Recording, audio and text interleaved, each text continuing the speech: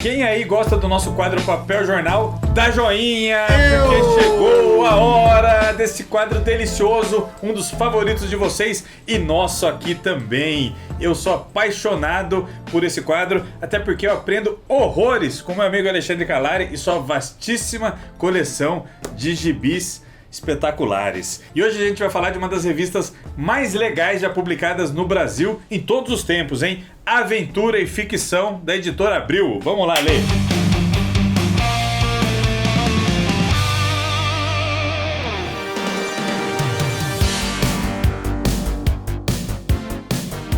Ô, Danielzinho, que saudades dessa época, cara.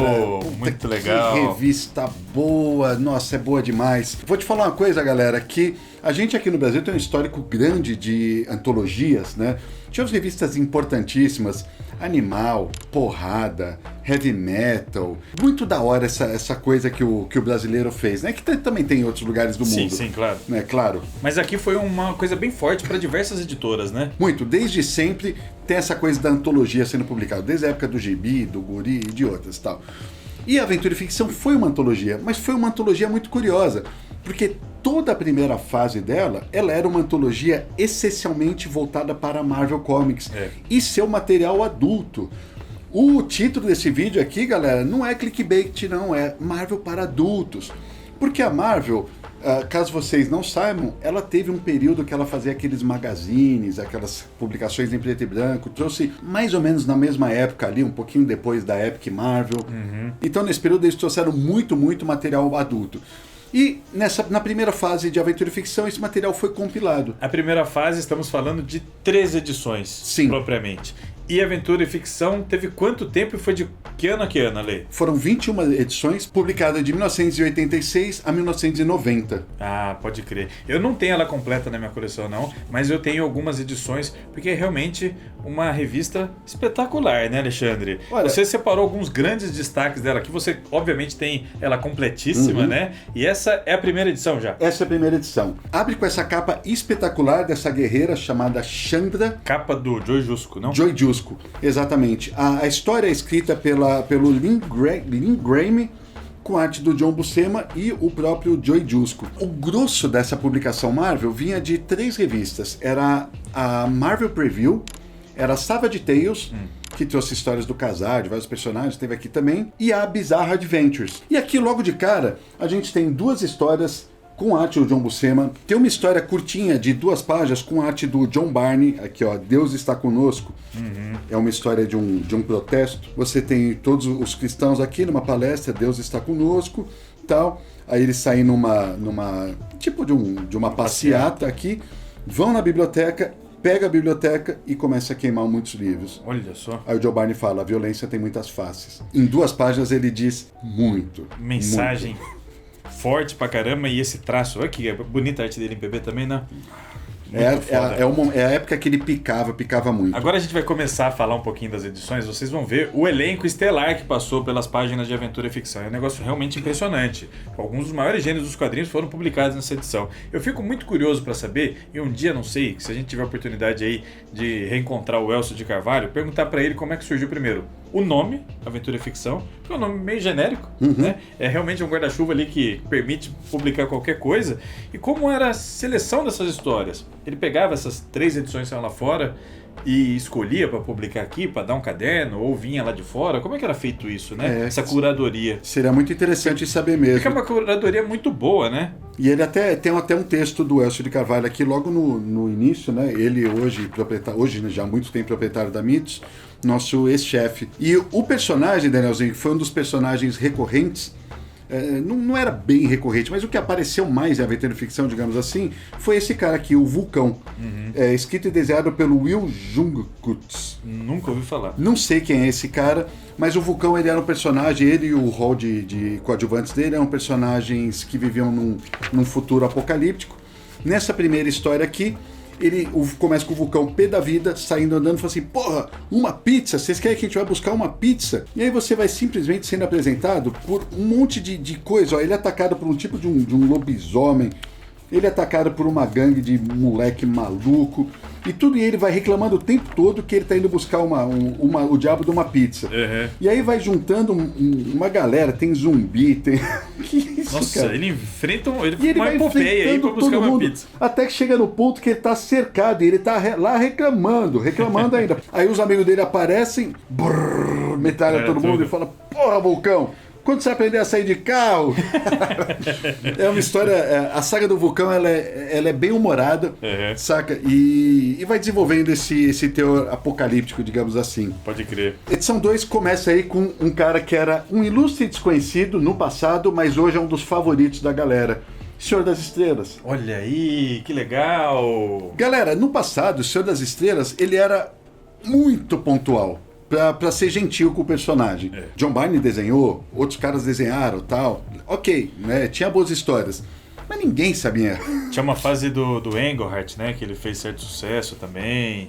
Mas mesmo assim, um negocinho, né? Pif. Hoje ele é do time A da Marvel por causa dos filmes, Sim, evidentemente. Mas eu creio que, além da história do John Byrne, que saiu em Heróis da TV, se eu não me engano, a coisa mais legal que saiu dele, que eu li, antiga, foi isso daqui.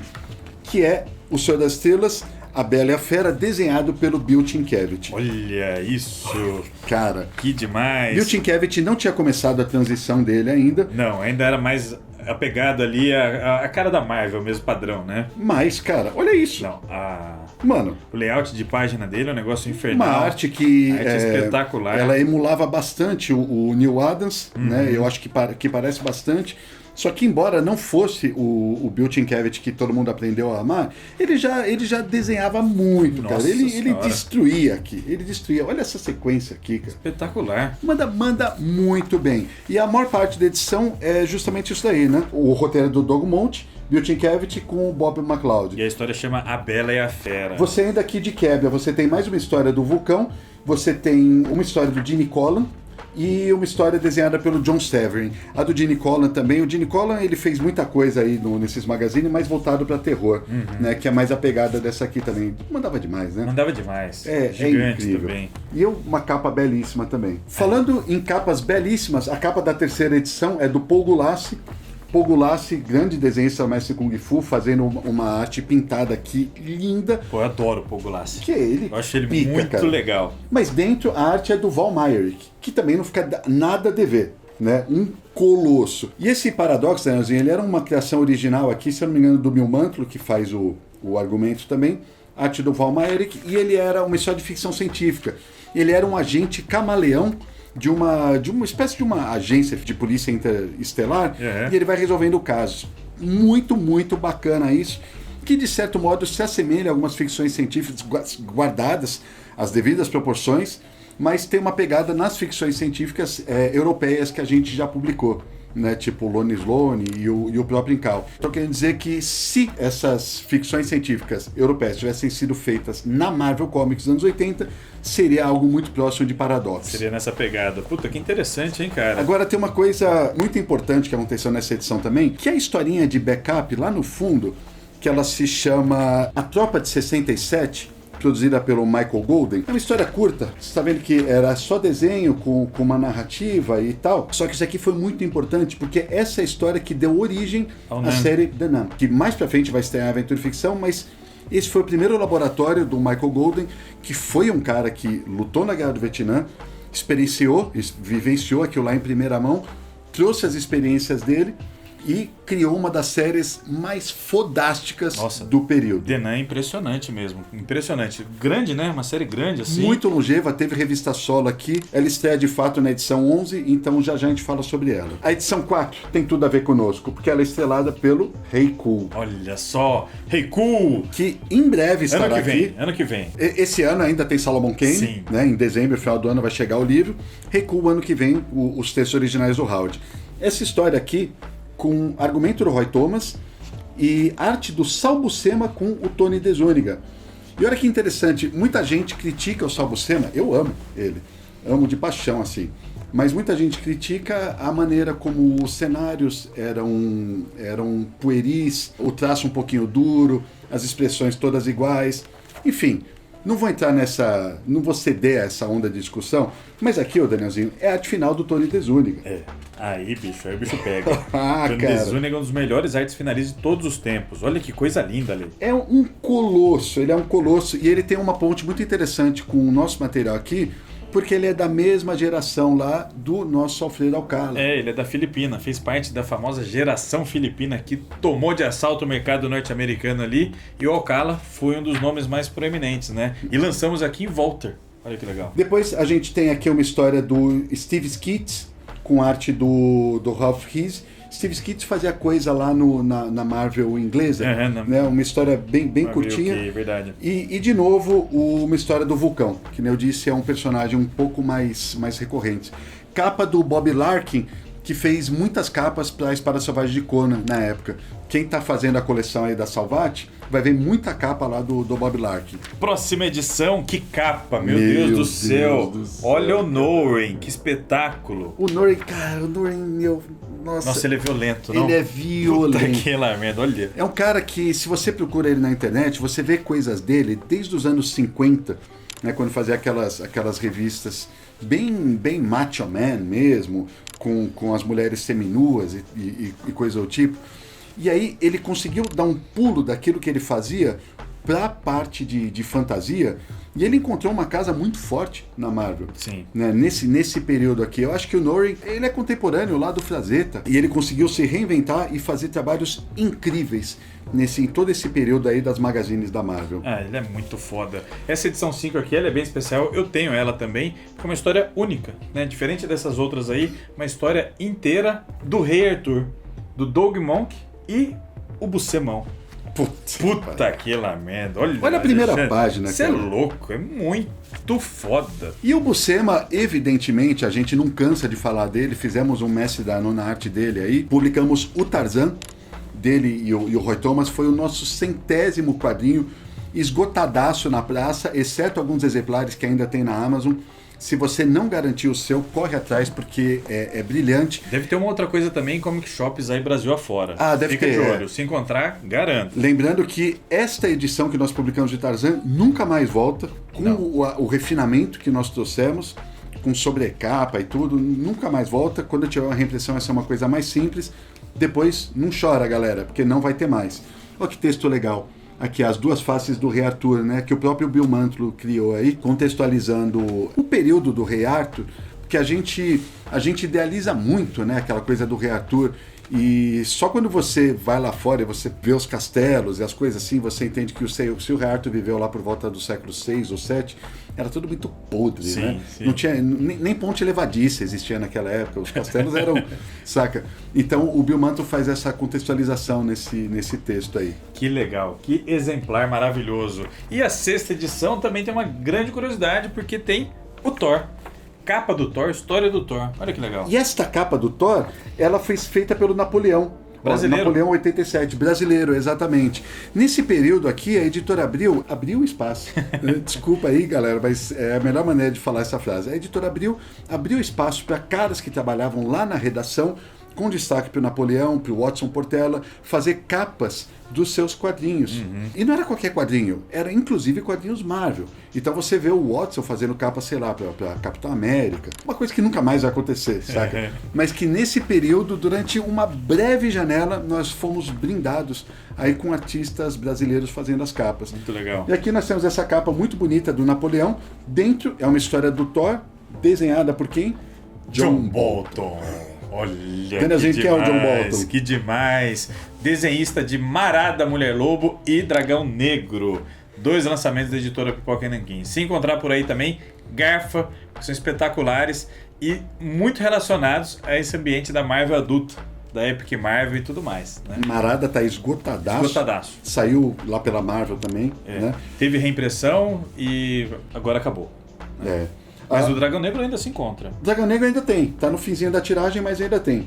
Aqui tem uma história da Viúva Negra também, que ela é do Ralph Macchio, que durante anos foi editor-chefe lá da Marvel, aqui na época era roteirista, com arte do Paul Gulacy. E olha o Paul Gulacy desenhando a Viúva. Olha isso. Olha que espetáculo, cara. Clima Olha noir, né, cara? as coisas que a Marvel produzia nesse período. Puta sensacional. Olha esses quadros. Você tá vendo, né? Ele tá emulando aqui o Humphrey Bogart. Né? É total Bogart. É a mesma cara dele. Olha que Incrível, demais. cara. Incrível. Muito bonito. Tem uma história também aqui com arte do Val Myrick. Olha. Tá aqui a edição também, hein, Ale? Todas. É uma mais bonita do que a outra, cara. O Val Myrick, ele era incrível. Precisa olhar o que tem dele aí no mercado pra ver se a gente consegue trazer alguma coisa. E do Paul Gulacy também. E do Paul Gulacy também.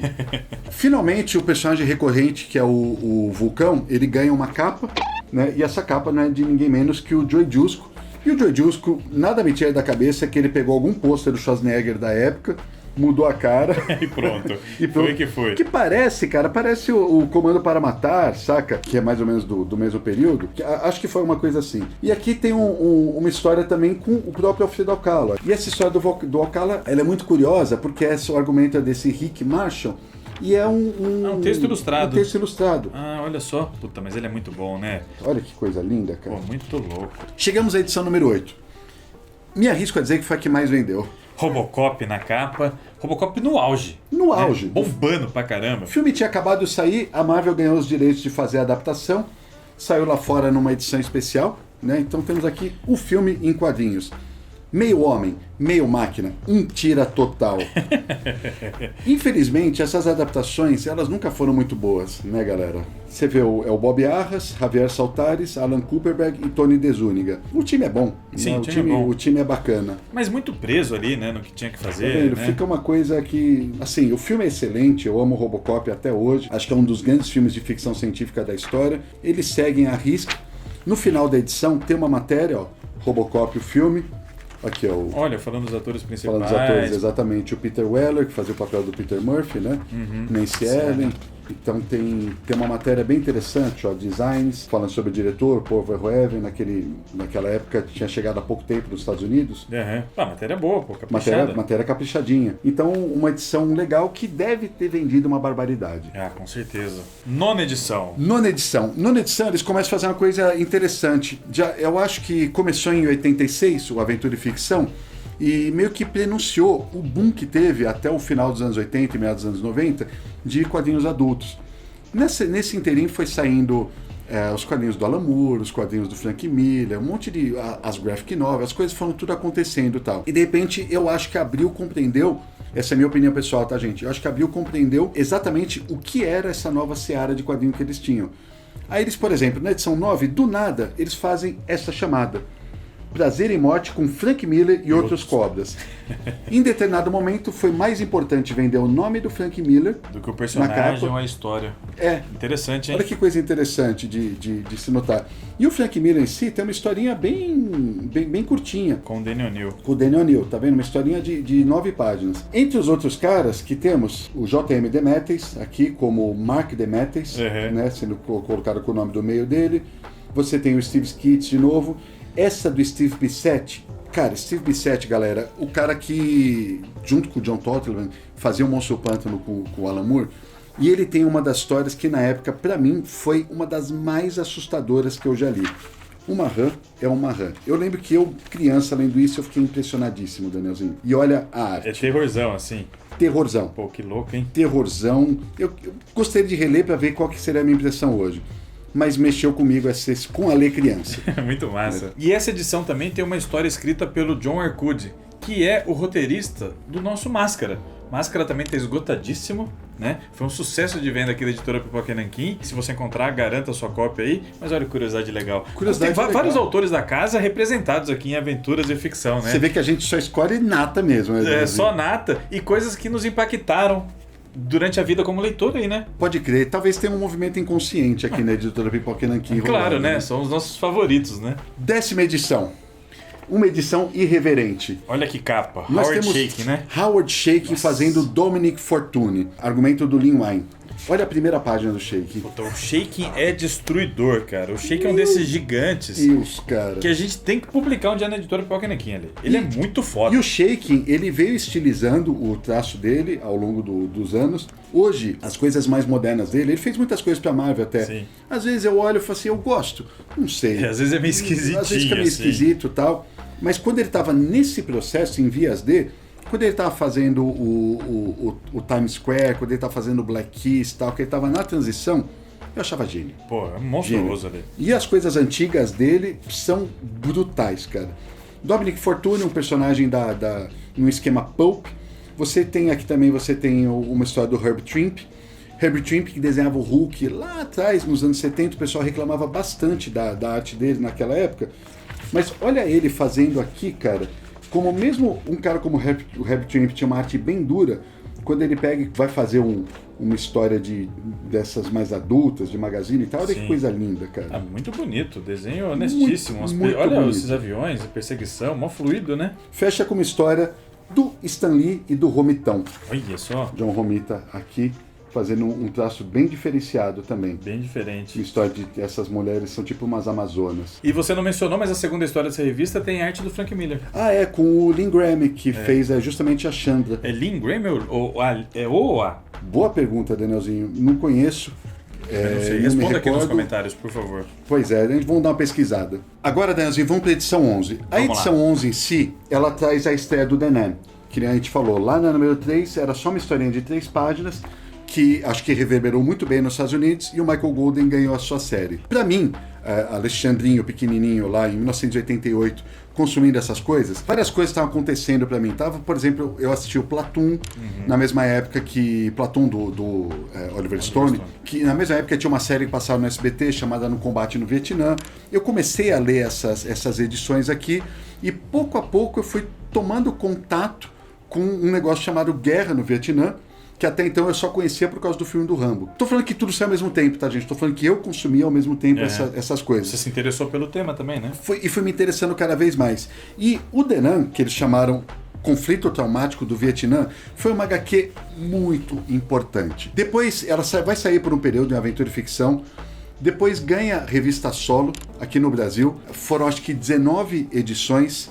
A última edição, Danielzinho, ela é muito bonita. Ela é muito bonita porque é quando os heróis Marvel participam do conflito do Vietnã e eles vão lá e resolvem toda a guerra do Vietnã sem toda a perda de vidas que teve. E isso tudo, evidentemente, era só na mente da pessoa que estava lá lutando, né? Que estava só lá batalhando e sofrendo cavando buraco, ou nas trincheiras, enfim, né? O conflito do Vietnã foi um conflito, toda a guerra é atroz, né? Mas foi um conflito horroroso, pavoroso. E o Michael Golden, que eu já disse no início desse vídeo, ele estava lá. Ele viveu, ele lutou, ele perdeu pessoas. Então ele trouxe essa experiência deles, foram de acordo com relatos do próprio, da mesma forma que o próprio Oliver Stone fez o primeiro grande filme do Vietnã realista. Por quê? Porque ele estava lá. Então isso daí foi algo muito impactante. Talvez hoje, em tempos em que o cinema mudou e que os quadrinhos mudaram, talvez seja até, de certo modo, uma leitura um pouquinho mais inocente, digamos assim. Os quadrinhos mudaram, tudo bem, eu entendo isso. Mas não tira o mérito dessa série. E foi, na minha opinião, foi justamente por conta de séries como essa que hoje os quadrinhos são o que são.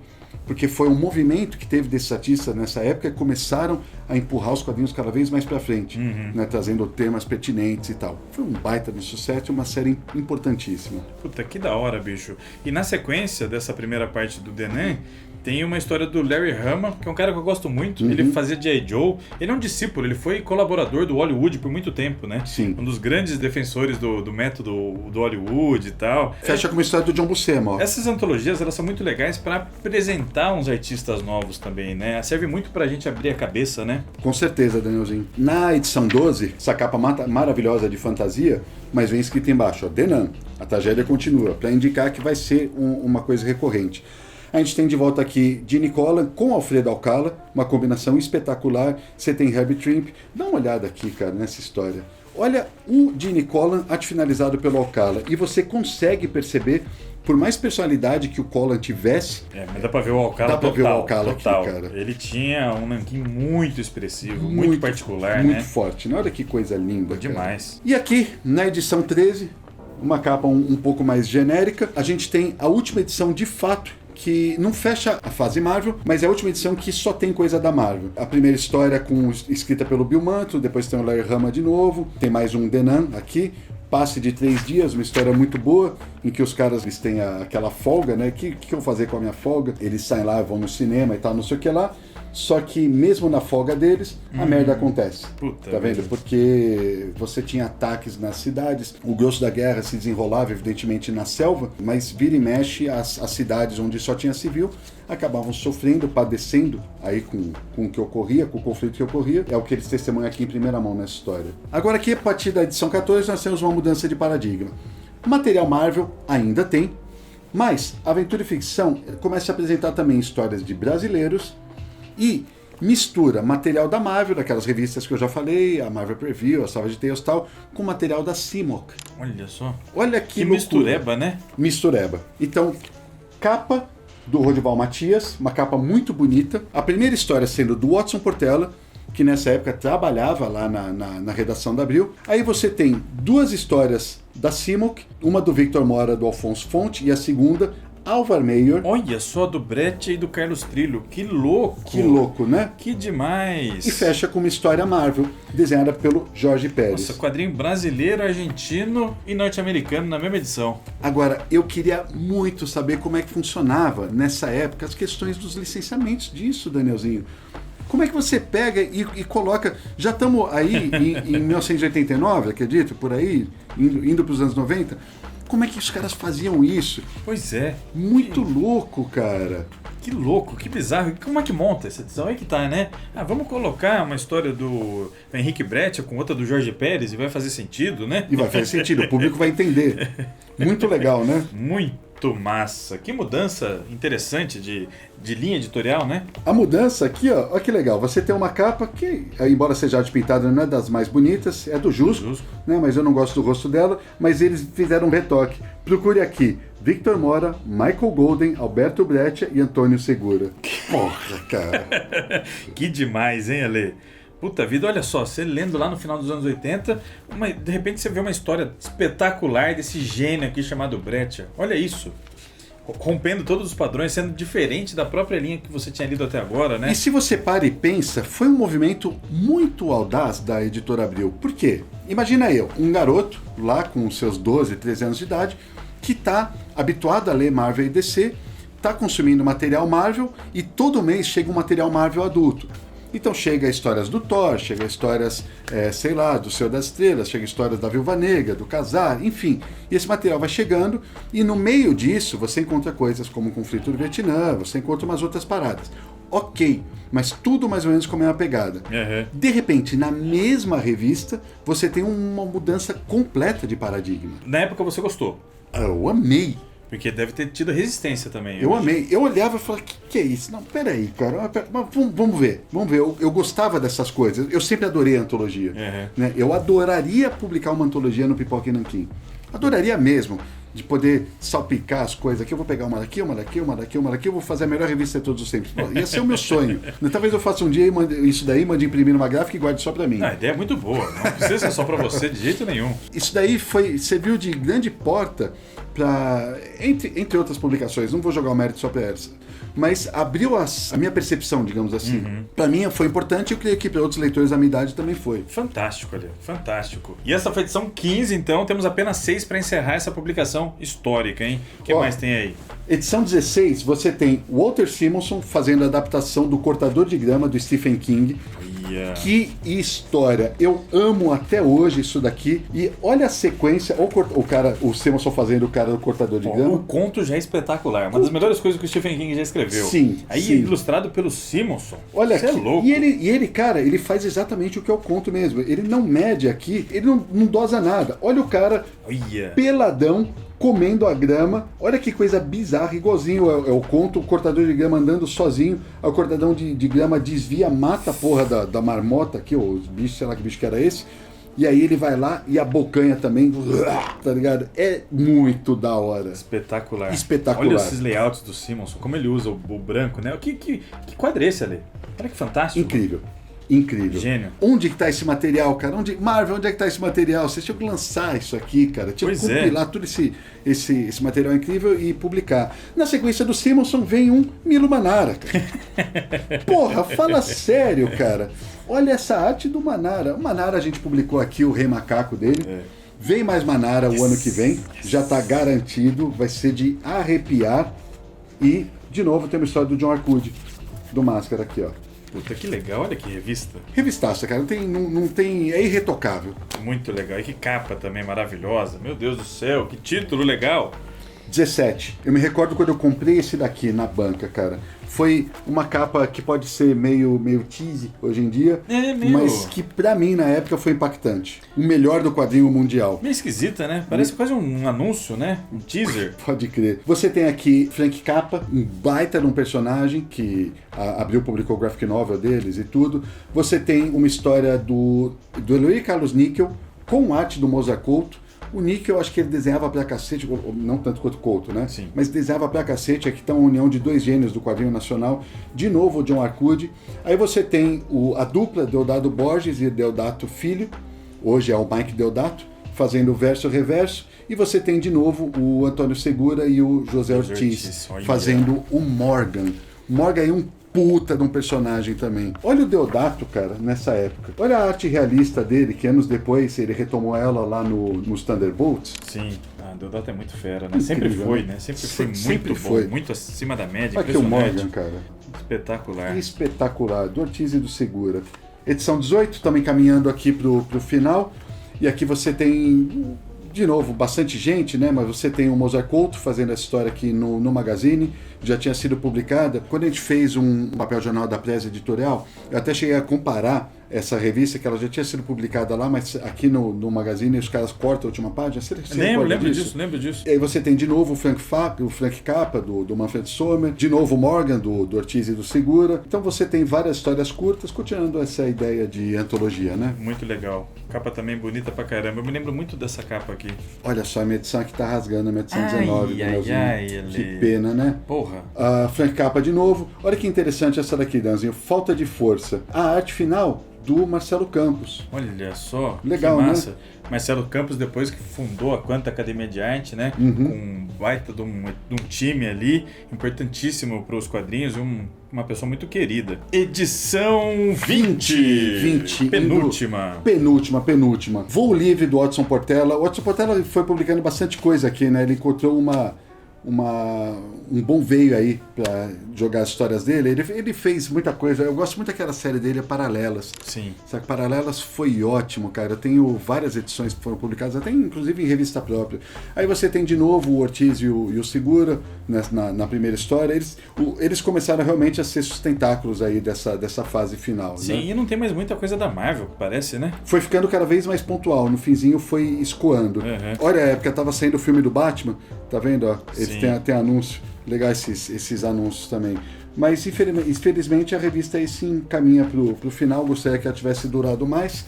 E a edição 21, essa capa absolutamente espetacular, é a última. Você começa aqui com o Frank Capra, do Manfred. O Frank Capra teve bastante história então, né? Como Vulcão, divide aí talvez o protagonismo de aventura e ficção. Teve um monte, né? Basicamente os caras que foram mais recorrentes foi o Vulcão no início, depois o Danan, o Conflito do Vietnã, até ganhar a revista solo, e aí nessa fase da Simon que a gente tem o Morgan e o Frank Capra, que foram mais publicados. Olha, outra história do Portela. O Watson Portela fazia muita coisa erótica, umas ficção científica erótica maluca, mas acho que aqui a Abril dava uma podadinha nele. Nessa né? época ele produziu muito, né? Produziu demais, cara. Fera demais. Muito fera. E com isso daqui a gente tem o famoso fim de uma era, galera. Sem nenhum anúncio, nenhum comunicado ao público, a revista simplesmente deixou de sair. Em janeiro de 1990. E deixou saudades também. Puta, que pena, hein, cara? Acabou. Você voltou em fevereiro pra comprar isso daqui na banca e não tinha mais. Não tinha mais. Aí o cara só te falou, não tem mais ali. Cancelaram. Acabou, parou de sair. Coisa. Não tinha muita comunicação mesmo com o público nessa época, né? Era uma coisa muito, muito estranha. Assim, depois, eu acho que de todas as coleções que eu tenho da Abril, deve ter umas 4 ou 5 que eles falam, esse é o último número, ou coisa e tal. O público não sabia, você ia, e falava assim, acho que essa merda não sai mais. E simplesmente não saía. Uma pena. Uma pena. E foi isso. Essa é Aventura e Ficção. Se vocês encontrarem essas edições em qualquer sebo Brasil afora aí, Garantam. Garantam mesmo. Que é muito legal, muito bacana e vão conhecer coisas sensacionais. E agora, mais importante do que isso, se você gostou desse conteúdo, que nem a gente citou no início do programa, a gente pode fazer outras antologias, como a Animal, como a Heavy Metal. Talvez a gente consiga trazer aí as pessoas que editaram na época, o Rogério, alguém aí para falar seria incrível. Seria para explicar como é que eram esses processos aí, né? E trazer manter um registro, né, de algumas publicações que foram extremamente importantes aqui no Brasil. Mas a gente depende do seu like. Depende do seu like, rápido, fácil, gratuito e ajuda muita gente. Mete o dedo no like, a gente agradece muito a audiência de vocês. Tenho certeza que vocês adoraram esse vídeo. Se tiver qualquer curiosidade para comentar sobre essa revista, sobre esse momento do quadrinho nacional e desses autores, estão convidados a conversar aqui com a gente. É isso aí. Obrigado pela audiência, tchau, até a próxima.